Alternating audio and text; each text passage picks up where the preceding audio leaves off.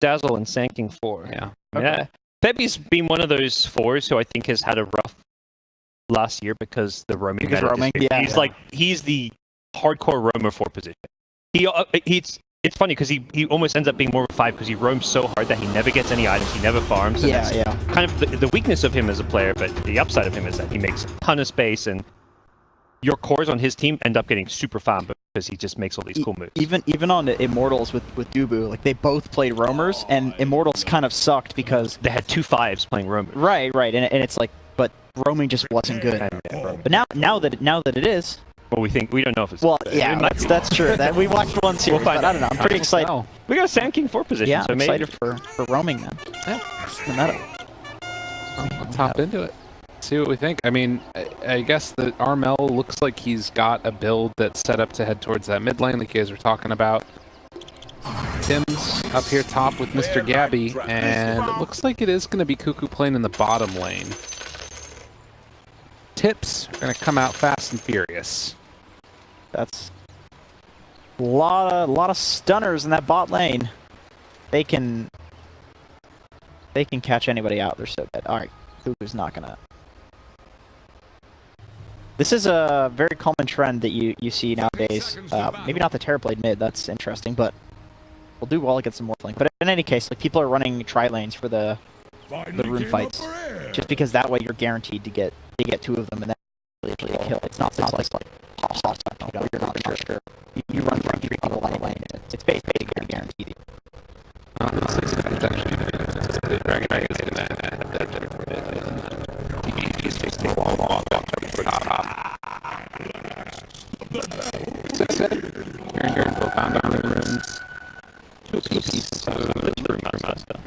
the outplane.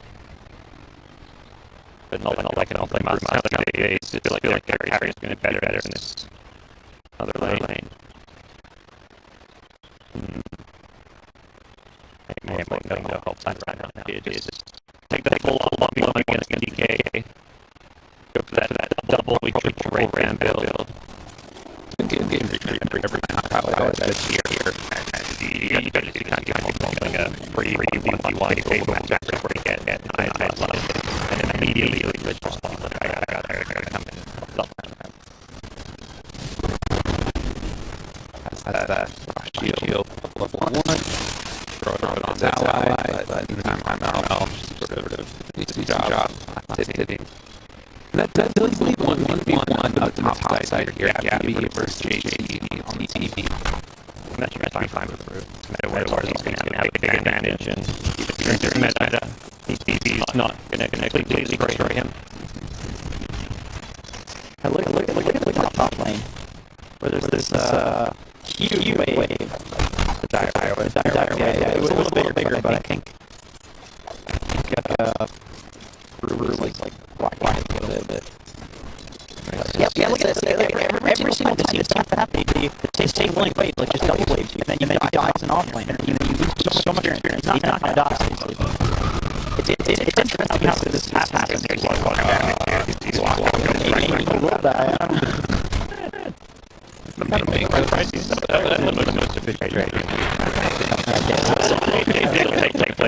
That was on me.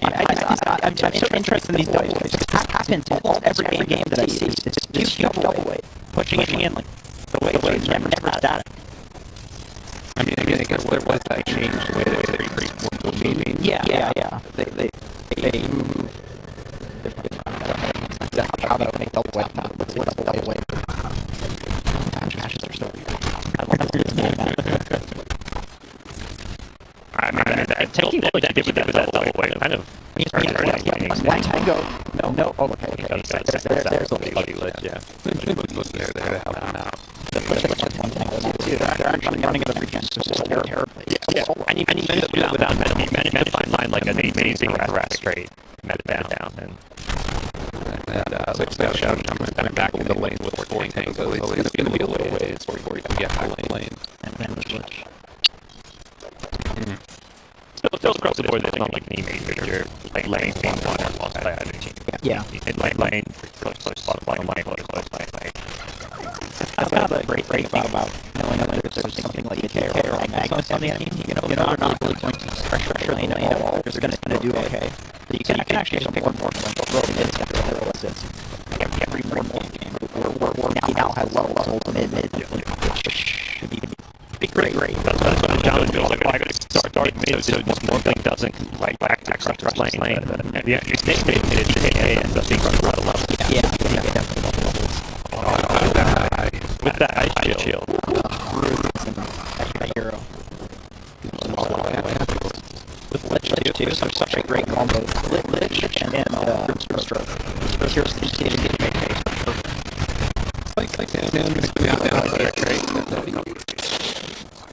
Bad. Keep some alive. Still 10-6 charges there, and 9 on heavy. Interesting to me to see the Shaman playing with Herald, not the Dazzling player. So with the right function, you can get the Dazzle to pick down. Well, the Dazzle's the core. Oh, right, Dazzle's core. Okay.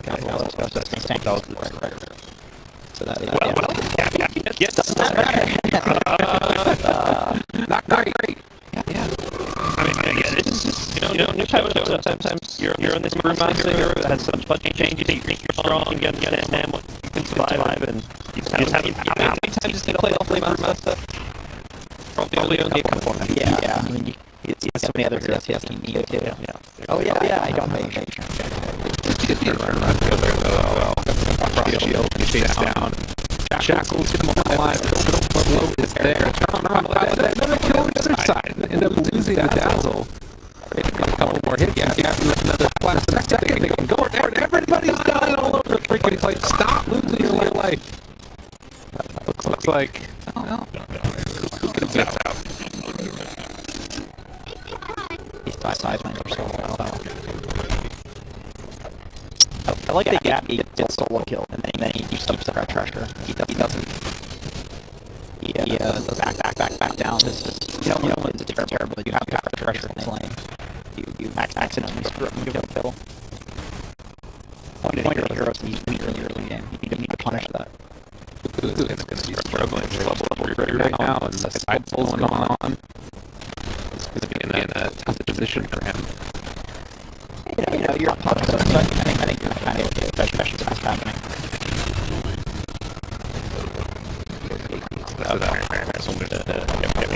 He wasn't completely crossing his lane, and enough to be okay for a team here. But more and more I see this Lich, the better I think the hero is. I feel like when the patch first came out, people were getting it okay, and it felt pretty good, but people are really understanding the power of the frost shield. Yeah. It's like using a electric group where you just run in and whack people while they get exploded. Yeah, people really treat it like you're immortal while you have it on, and you're doing so much damage. People understand that. People weren't really sure. Like, he's running into that madman, right? This guy, he knows that he's not going to die. A lot of times, other heroes, you die for that. You might die for it. Is to get that shackles. Put your base name out. That matter's done. Still hanging out inside the sandstorm. That's so good. That highlight icon. Another burrow strike in a second. Look at him, just sitting every 40% HP. And he can't do anything. I think that's such a cool change, though. It's so fun to play there. You guys play CHONGQING? No. It's so fun now. It's awesome. You can just right click. You can do anything. It's stun channel and it'll put you in bit channel and the FE. Like, right band up. Farming well, and his little more play time I don't know wait for, but that's kind of become a little bit. Yeah. A lot in here. And then you get the what's the play here? That's 10 seconds. Doesn't matter. Maybe getting it over the free. Yeah. That's what I'm talking about. Does not matter. No, I don't know. I feel better about myself because I'm like, I'm supposed to play that. Oh wait. Sand King ran out of that after just took all across my sandstorm. Between me and Ben, I don't know what his new patch Armel gets the kill. Every single time I see a wraparound on radiant mid lane, they're just dies. Yeah. It just seems like it's so easy for the enemy supports the TNC to try and just kill you. You just cut off. That is just a red pass as soon as you spot him in. There's only one way out there. Yeah, there's always vision there. Maybe it's just like a... Maybe it just happens that that's happening in these games, but I don't know. It seems like the trend. I think people are going to need to figure out like paths that are best to approach, and refigure all that stuff out. I think so too. Good, minus up. Oh yeah. This is a relatively common build on the boost. It's going by Midas and rushing into their items. This guy plays minus radiant. Yeah, I saw no one doing that. I think it's playing a pub or something like that, but you know, it's still the build that he thinks is good if you're not a hero. The more build we're seeing a lot of just casual Mormon masters for the wing capabilities. So that's dead now, because I feel like it could still be good for like pushing stuff. I think it's the fact that you get so much more out of just replacing that slot with a Wraith Band. Yeah. Like, you just get more attack speed, more stats. Some of the Visage players I used to start first out in Bassi. I don't know, maybe that's still a build with this thing. Yeah, like you would start with the... You can also start with like the Sage's Mask, pick up the Ring of Protection at the side shop. And that's like... Yes. Yeah, if you're playing the safe lane. Yeah. Yeah. And then they wouldn't even upgrade it to Aquila. That was like one of the few heroes I would see buy Bassi and not get Aquila. Yeah. On some players. I personally think you should always get that Aquila, but... I know Weehaw would go first on Bassi mid and then rush Helmet Dominator. Like, yeah. No boots, Helmet Dominator. I think Bassi not being good is mainly the fact that like it upgrades into just Vlads, and nobody's building Vlads. Yeah. It's not upgrade to anything though. What doesn't? The Wraith Bands. Oh yeah, but that's that's the thing though. That's why they're so cost efficient. Yeah, like that's why they're so cost efficient in the early game. The thing is, if you're getting a Bassi, you're not upgrading it to anything either because you're not getting a Vlad. So would you rather something that upgrades to nothing and is a Bassi, or a broken Wraith Band? That's fair. Uh-oh, Cuckoo. Yeah, going away from the DK stun, but that means there's an SK stun instead. And they got another one followed up afterwards to get the kill. These guys are leashed though. No way, no how. They're getting out of here, at least for the moment. But the epicenter possible there for the turnaround. The snowball saving them. They're only taking out a Wind Panda. Can they kill off Moon here as well? Tanky. I mean, he's eaten about 20 tower shots, but it's going to be like keep you away. He can break it. Okay, they got it. Okay. Phew, thank goodness those still Baldur's Mat. Yeah. That was a tanky DK though. Good God. Yeah. Two bracers, boys. 2 bracers. Magic resist. And a treads. That's all. How much damage did he take? That is actually an 18,000 damage from the tower. 1,800 health at 11 minutes as a level 8 DK. Does that sound right, guys? That doesn't sound right. Those numbers add up. Oh my God. For the amount of gold he spent to get these items. And it's 1,800 health with bonus magic resistance. Yeah. Effective HP is insane. I don't know, that just doesn't sound right to me. What is he at? 39% magic resist? Or is it less than that? 37%? 37, yeah. When he has the strength treads, it would be, I think, a little bit. Like, how do you play like these kill focus like mid laners, burst like heroes? A Quap or something? When there's a DK in the game. That's what I was saying like about the Necrophos earlier. Like the reason Necro is so strong is because people will get enough net worth, and you can still kill them because Scythe just does a percentage of damage. But same thing for Storm. Storm wants to like kill squishier heroes, but everyone just tanks up with these prospective items. Like you'll use all of your resources, and they'll be at 20% HP, which isn't a kill.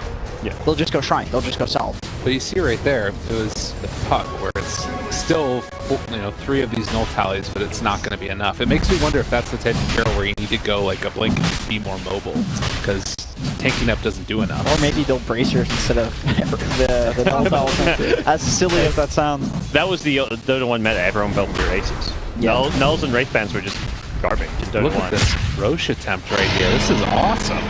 Sand King. That caught them all by surprise. Morphling plus Tusk. Huh. Wow. That's with, okay, he's level 3 tag. That's some 7.20 synergy. That's pretty cool. And then they have the Lich armor too. That is pretty goddamn cool, actually. That's something new. With Maybe it's being done in pubs or something. Probably, yeah. With the Morphling Morbid Mask, That's I can like definitely Ursa get how timing. A 12-minute Roshan? It's pretty That's insane. 3 Wraith Bands and then a Morbid Mask. No minus armor. I mean, he just has an Aegis now. What What do they like do? you can get value out of it. And on top of that, this Maybe is a you can. hero that can get so much done. Like, with the Morph ability?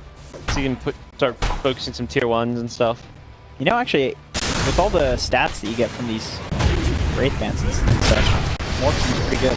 Sentry this time. I got him. They pulled the Dazzle couldn't grave because they got the That was really thing on nice. him. What's his spell Sinister called? Gaze. Sinister Gaze.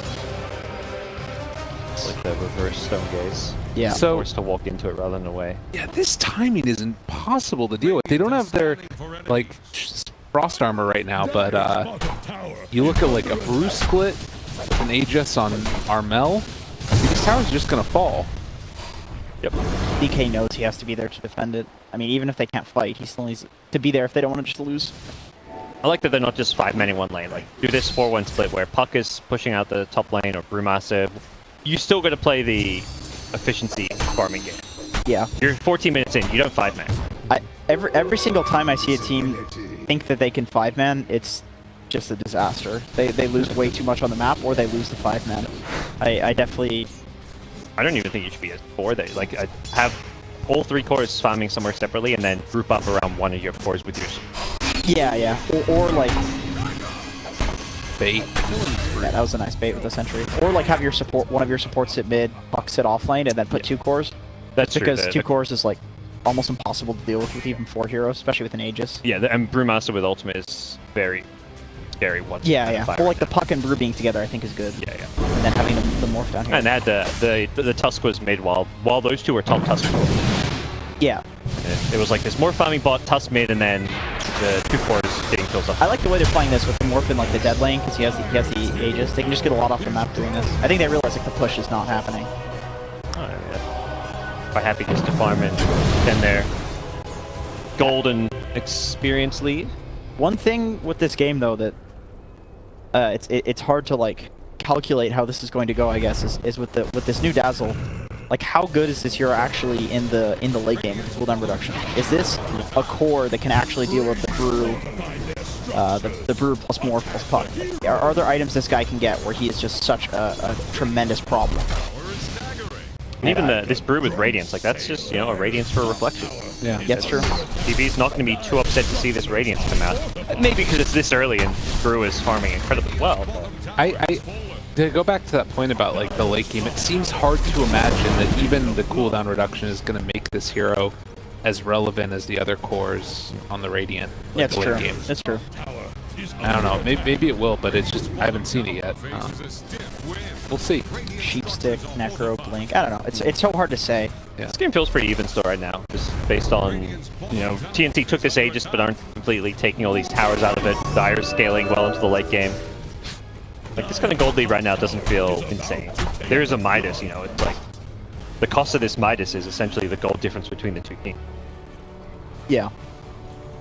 And I think Terrorblade farms fast enough. That's the one. I think that's why like Arteezy was picked this Terrorblade into a Morphling at KL, because Terrorblade will farm faster than a Morphling. Terrorblade has like a built-in Midas, and the fact that his illusions do so much damage.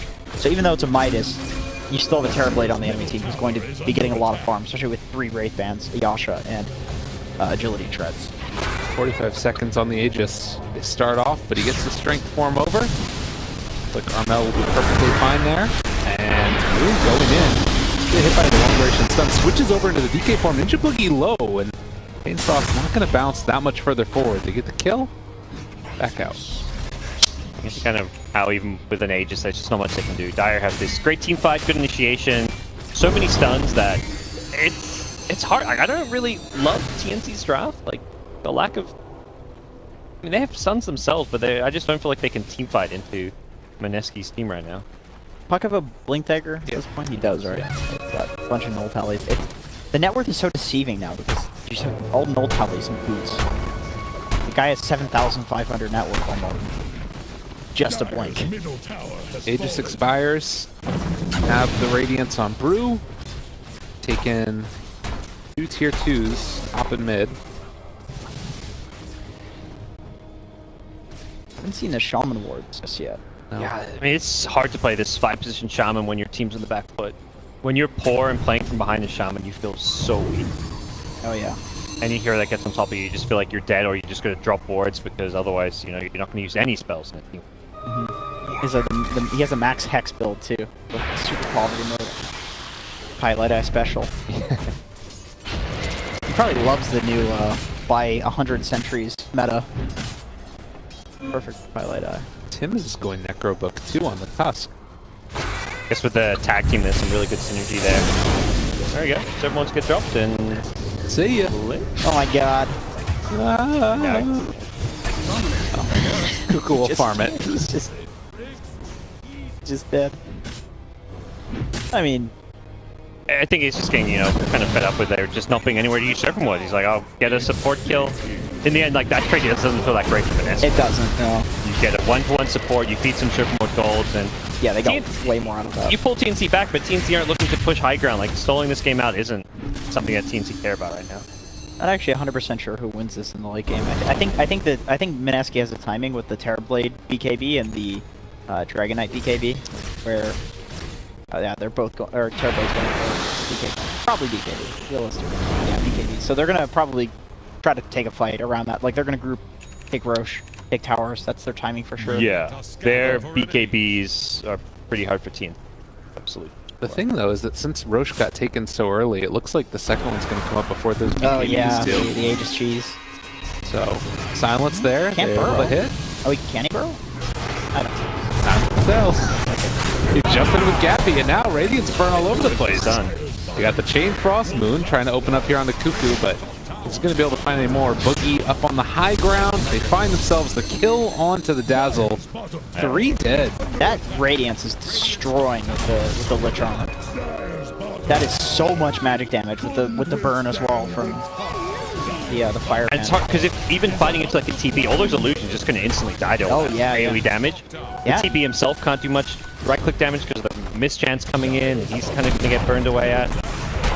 Well, I mean, this is one of those drafts for TNC where it like didn't look amazing. I think for me at the start, but like the more you see it play down, you're like, there's actually some crazy good synergy coming out from these new spells over some of these heroes. Yeah, I think the Radiance on Brew is really important. They kind of lacked, I don't know, not necessarily control, not necessarily, like, it kind of felt like they just weren't getting any kills in these, like they just couldn't fight, right? For whatever reason, lack of damage, and with the Brew Radiance, they can definitely take these fights. I mean, I think that it's everybody looks at also like the Morphlane TB matchup and talks about like the way that you can switch over into Morphlane, or rather into TB and get Metamorphosis. But the other thing is just like this hero comes online and I feel like does so much more than Terrorblade early. Like Terrorblade hits buildings, hits a lot of creeps, and Morphlane can like fight, get in there. I think that's the thing though, is that it's like the building hitting that really makes Terrorblade a true carry, where if you just kill the enemy team once, you can just take the entire enemy base. That's true. It's Morphling can also do that, but not to the ridiculous degree that Terrorblade can. That's why I think Terrorblade's always okay in a game, just because as long as your team can fight, which is not, it's not hard to build a team that can fight, then you can take racks, you know. Yeah. A great kill if they could get it, but there is a Lincoln Sphere, so Lincoln's is one of those items that just like, to me, was a big reason why Sand King fell off, because it's like, it's so annoying playing Sand King against Lincolns. DK is the same thing. These two heroes do not have a way to break Lincolns without building an item specifically to do that, which neither hero normally naturally does that well. Yeah. Puck is building Necros too. That's Morphling with the Lincolns, right? He was just... Yeah, he was in TB form. He's in TB form. Yeah. He's got Lincolns, and... It's a little TB running around. Everybody's building Necro books. What the hell's happening? Is item broken now, or what? Dazzle? Who else? Who else? So, Tusk and Puck. Oh, Puck. Oh, I know Puck is a... Puck Necro is a build. You coil and then Necro. Just right-click them with it. Yeah, you can't run away from the coil anymore. You can't. You get stuck. Alright, we got BKB on the Terrorblade. It looks like they have it on the DK very soon, but not quite yet. Jump in, Bro Strike, and there's the Bruce Foot. Immediately, this fight is over as they turn it back around. Almost able to find themselves a secondary kill. It looks like Heavy Indeed is going to go down. They find themselves the kill onto the Dazzle.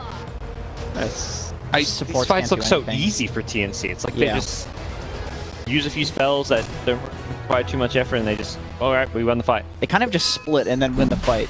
Like this yeah. This Radiance has just come at pretty nice time for them. There's no way to fight into it.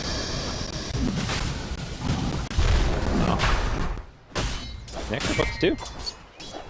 Objectives DK will have a BKB now, but that was their TP 10-second BKB being used.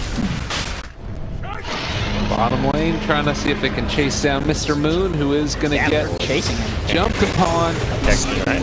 Oh, there's a sentry. He's walking back into it. No. Oh, man. Oh, now he knows. Too late. I'll be able to find that kill. Are you okay? He didn't have his BKB either. He was so close. Yeah. They may just go high ground with this Aegis cheese now. They've got double Necro 3s, I want to say. I don't know if Tusk is yet, but Tusk just got his Necro 3. Well, and that's the thing that you guys are talking about, right? Like, you want to hit this timing with the BKBs that are coming out, and they decide to smoke up this 4 without the DK BKB, and then they just all die. I think they thought Radiant were roaching, because they spoke towards the Roshan pit. But at the same time, if they were roaching and you caught them there, would the fight have gone well? Probably not. I don't think so, but it feels like one of those times where you just feel like you have to contest it, otherwise you're going to lose. They've been on 13 kills, I feel like, since like 15 minutes in this game. They have not gotten a kill in a long time. Yeah, that one hurts. Since Brew picked up that Radiance, they've basically been... They killed a Lich. Alright, they warded. Alright, they got the Lich. Yeah, and that was also a Lich. Oh, the Lich. So the tower. Tusk. It's just been TNC. Objective after objective, and all the kills, Roches. Brew is level 20! Oh, the Primal Split unit health. I can't... He's got the insane 25. Yeah, his level 25 is nuts. Yeah, it's either you crit super hard, or you have permanent Brew Split, basically. Oh, he got his BKB delivered, but he's stunned forever! He can't get it off! And that means he doesn't have buyback. That's racks probably multiple lanes even. Jeez. Morphling meta? Does he have meta? It's just... Don't show yourself. Got DK. Oh wait, oh he's DK. Alright, well, he's taking a lot of damage with the Waveform 4, trying to find himself one. The punches coming through onto Shadow Shaman. Armel, large and in charge, and they're going to Ward Trap him. He's switching over to Strength Form. Highlight Die, not long for this world. They find the kill, looking for a Sunder. Is it going to happen in time? He's out there, Reflection, still trying to run away, and it looks like TV will escape. BKB meta being used and not really defending. You have full time, so DK may respawn. They may actually save their bottom racks here. Okay. They burn through the Aegis. I think Take the tier 3 and run. Tier 3 and run. They didn't quite go as planned for TNC. Maybe overcommitted a little bit to go on that TP. Nice discipline though that they back off in this situation. Like, yeah, it's like, okay, we maybe dived a little hard to try kill TB. We're still going to get tier 3 and get out without losing it. Yeah, they're not going to lose. And then TB is meta too, so they pick up the shrine and they can go fight again even without Aegis. yeah, they can just go with that when the meta's down. They do have the cheese too, Bill. Yep. This Brew is so big. He's such a high level. I've never seen Brew be such a high level. 21. A lot of it's the Midas, I guess. Yeah. Well, part of it, and then He's getting a lot of 6-1 and 11. Oh my God! All right, they're in trouble. Although Moon, I think he might be able to make something of this and stay live in. Although Highlight Die, not so much. KP, oh God, he's trying to run away. The Chain Frost was bouncing between his Necro books as they chase him down. TNC just completely running over him. I'm rolling.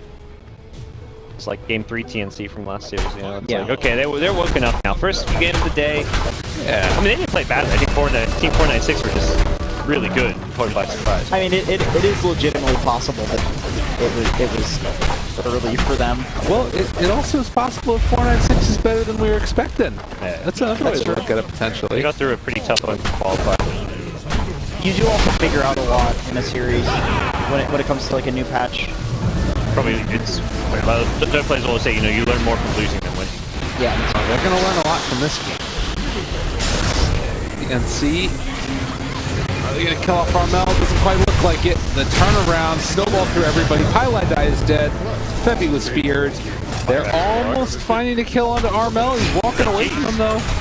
Metamorphosis back up in 16 seconds. He's got Sunder, but Cuckoo says no. Triple kill for the puck, and GG is the call. 26K network. 27 rounds. Didn't seem like a stomp at first, but what a stomp.